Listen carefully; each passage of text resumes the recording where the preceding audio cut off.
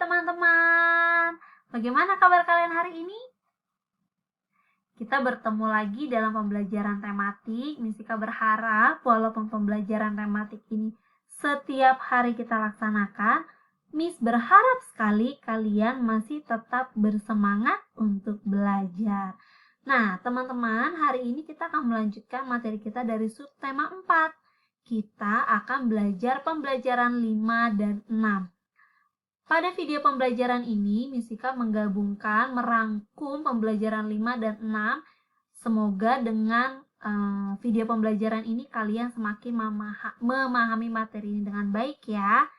Nah, dari pembelajaran 5 dan 6 ini, tujuan pembelajaran kita itu yang pertama adalah kita akan belajar membuat kalimat permintaan tolong. Lalu kita juga akan mengurutkan benda berdasarkan suhunya. Dan yang terakhir kita juga akan mempelajari contoh kerjasama dalam kehidupan kita sehari-hari. Karena dalam subtema 4 ini kita judulnya adalah bencana alam, sekarang Misika mau tahu nih, apakah kalian masih ingat apa saja jenis-jenis bencana alam? Wah, hebat, pasti kalian masih ingat ya. Sekarang yuk kita review lagi, kita menyebutkan nama-nama bencana alam. Yang pertama yaitu, kira-kira ini bencana alam apa ya? Ini adalah tanah longsor. Lalu yang kedua, bencana alam itu, nah ini baru saja kita pelajari kemarin, yaitu gunung meletus. Bencana alam berikutnya adalah banjir. Biasanya pada saat musim hujan, bencana ini baru terjadi ya. Dan juga bencana alam berikutnya adalah adanya bencana alam karena angin puting beliung.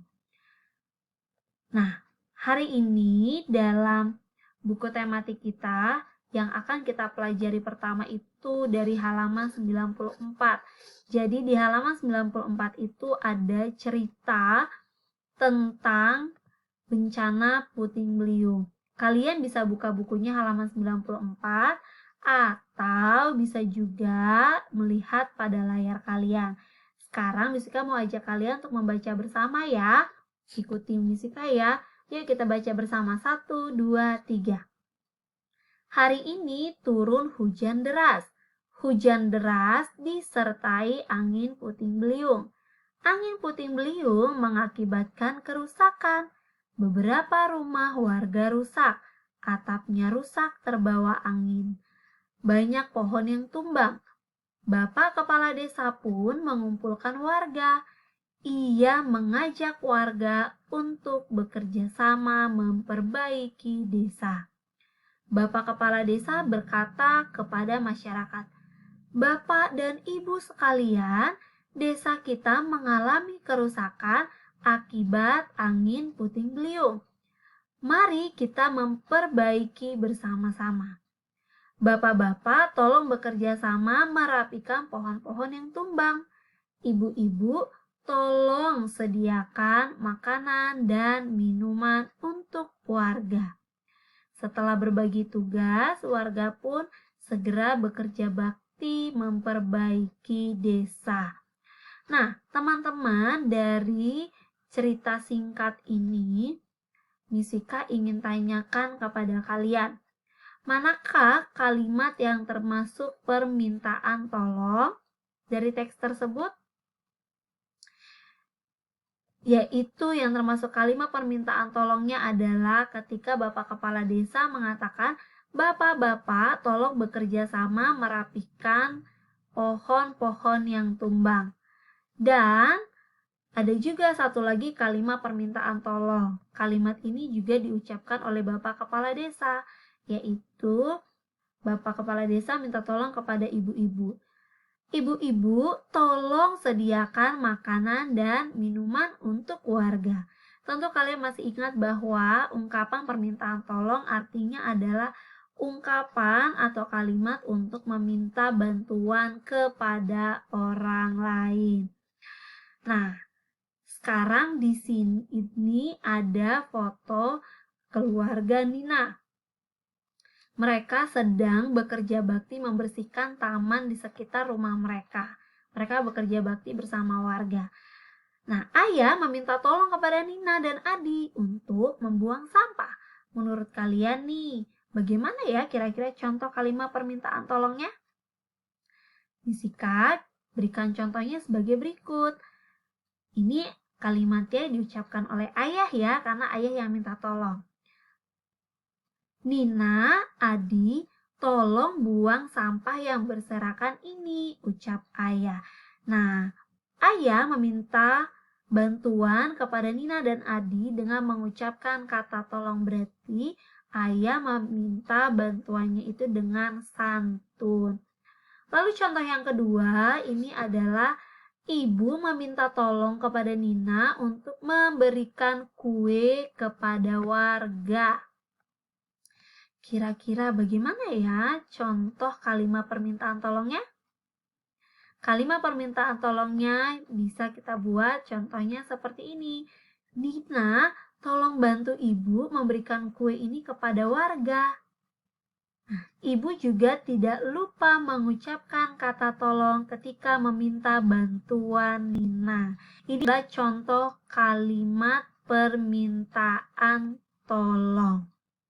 Jadi, pastikan ketika kita ingin minta bantuan orang lain, kita harus menggunakan kata tolong. Jadi, orang lain yang akan membantu kita juga mereka membantunya dengan semangat, dengan senang. Ketika Ibu Nina membuatkan minuman untuk warga yang bekerja bakti, Ibu Nina menyiapkan minuman-minuman sebagai berikut. Ada teh hangat, ada es jeruk, dan juga ada air putih. Nah, teman-teman, kalau kita urutkan nih, minuman dari yang paling dingin, kira-kira minuman apa ya dari ketiga minuman ini yang paling dingin? Yang paling dingin adalah es jeruk. Lalu, apalagi ya urutannya? Ada air putih. Berarti, kalau teh hangat ini adalah urutan yang terakhir, yaitu karena dia memiliki suhu yang panas. Kalau kemarin kita sudah belajar dalam Zoom ada suhu dingin, suhu panas, dan juga ada yang suhu normal. Kalau sekarang kita mau belajar nih mengurutkannya, contohnya seperti ini, mudah ya. Nah, agar kalian semakin memahami, yuk kita coba lagi mengurutkan gambar benda mulai dari yang paling dingin. Gambar A adalah kopi panas, B air putih, lalu yang C adalah es batu. Kira-kira yang mana urutan dari yang paling dingin? Yang paling dingin itu adalah yang C, yaitu es batu, lalu urutan kedua adalah air putih, dan urutan yang terakhir adalah kopi panas. Ingat, kita bisa mengetahui suhu benda tersebut dengan cara menyentuhnya. Namun, jika benda itu terlihat panas, kita tidak boleh menyentuhnya ya, karena itu sangat berbahaya. Nah, tadi dalam cerita tersebut, dalam cerita korban bencana angin puting beliung tersebut, warga selain harus memperbaiki rumah, warga juga memerlukan bantuan.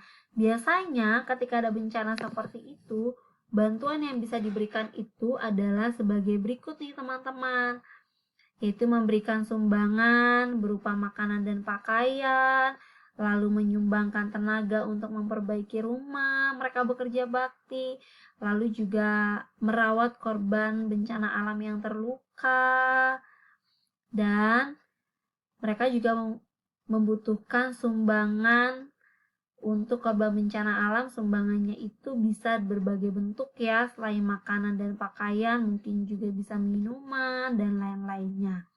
Ini adalah beberapa contoh bantuan yang bisa kita berikan kepada mereka korban bencana alam. Nah, di sini kan ada kegiatan mereka bekerja sama memperbaiki rumah. Siapa yang masih ingat apa sih artinya itu bekerja sama? Bekerja sama berarti mengerjakan sesuatu secara bersama-sama. Kalau kalian lihat di sini, ini keluarga Nina, mereka sedang bekerja sama loh. Mereka sedang bekerja sama untuk mempersiapkan bantuan sumbangan yang akan mereka berikan kepada korban bencana. Nah, mereka sedang bekerja sama, ayah dan ibu bekerja sama menutup atau mengemas kardusnya. Nah, ternyata Nina dan Adi juga mau ikut memberikan sumbangan. Mereka membantu ayah dan ibu memberikan buku-buku mereka kepada korban bencana alam tersebut. Nah, mereka berempat sama-sama mengerjakan atau mempersiapkan benda-benda yang akan mereka sumbangkan. Karena mereka mengerjakannya secara bersama-sama, maka inilah yang disebut contoh kerjasama. Nah, dalam kehidupan kita sehari-hari bersama keluarga, tentu kalian juga pernah melakukan ini. Yang pertama, membereskan rumah bersama keluarga dan juga membantu ibu memasak. Nah, ketika mengerjakannya bersama-sama, maka inilah yang disebut dengan kerjasama. Jadi, kalau teman-teman membereskan rumah bersama, terus memasak bersama, itu disebut juga contoh kerjasama ya teman-teman. Nah, teman-teman, itulah materi pembelajaran yang bisa Miss Vika berikan kepada kalian. Semoga video pembelajaran ini bermanfaat untuk menambah ilmu kalian. Sampai bertemu lagi teman-teman.